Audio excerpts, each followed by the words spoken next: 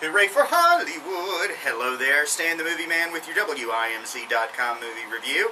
This week, your vote sent me to see Red 2, starring Bruce Willis, John Malkovich, Mary-Louise Parker, Helen Mirren, Anthony Hopkins, and more. It is the story of our retired but extremely dangerous agents from, of course, the first movie, Red, which was based on a graphic novel.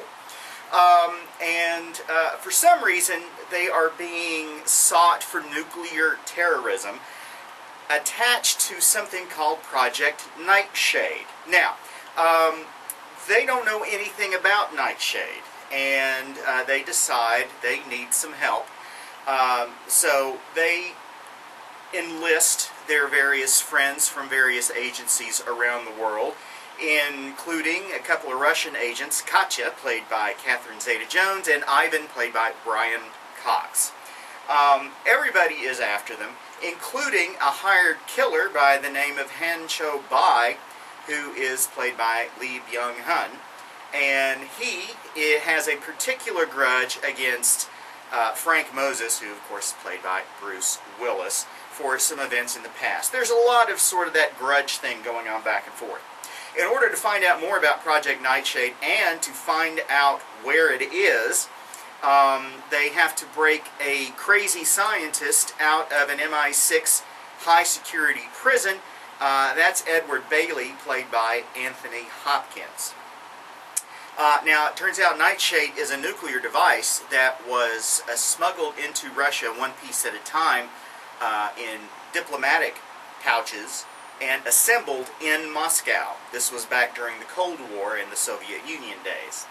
Now it seems like somebody's trying to get their hands on it for whatever reason. We don't know for sure. But our friends Frank Moses, Marvin Boggs, played by John Malkovich, and Sarah Ross, played by Mary-Louise Parker, along with Victoria, played by Helen Mirren, are all working together to try to keep Nightshade from being used. It's a goofy amount of fun, Red 2 is. It globe hops quite a bit. They never quite explain how they get all these clothes and all this transportation and all this money that would be necessary to get from one country to another and live there for a time. But, you know, those kind of details really aren't important. They are very resourceful former agents who keep getting dragged back into the action, whether they like it or not. The relationship between Moses and Ross gets tested because Katya is a former flame of Frank's, and as you've seen from the previews, Mary-Louise Parker really doesn't like her. And again, there are all kinds of crosses and double crosses and twists and turns throughout the story that I don't want to spoil for you. But it's enjoyable. It's a lot of fun. There's a lot of humor in the film, as well as a great deal of action. The action gets cranked up very early in the film, and only occasionally slows down for a little bit of story before there's another action scene, which sometimes can be a weakness in a film, but in this case I think it works well, because really, what are these people going to talk about, and how deep can their discussions be, and would anybody care? Probably not care much about that.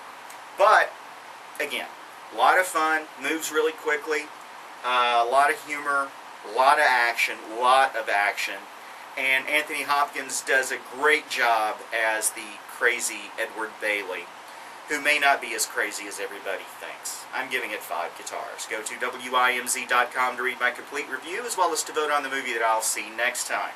If you have any questions or comments, you know you can send them to me at StanTheMovieMan@att.net. You can also follow me on Twitter @MovieManStan. Till next time, waiter taters. Meow.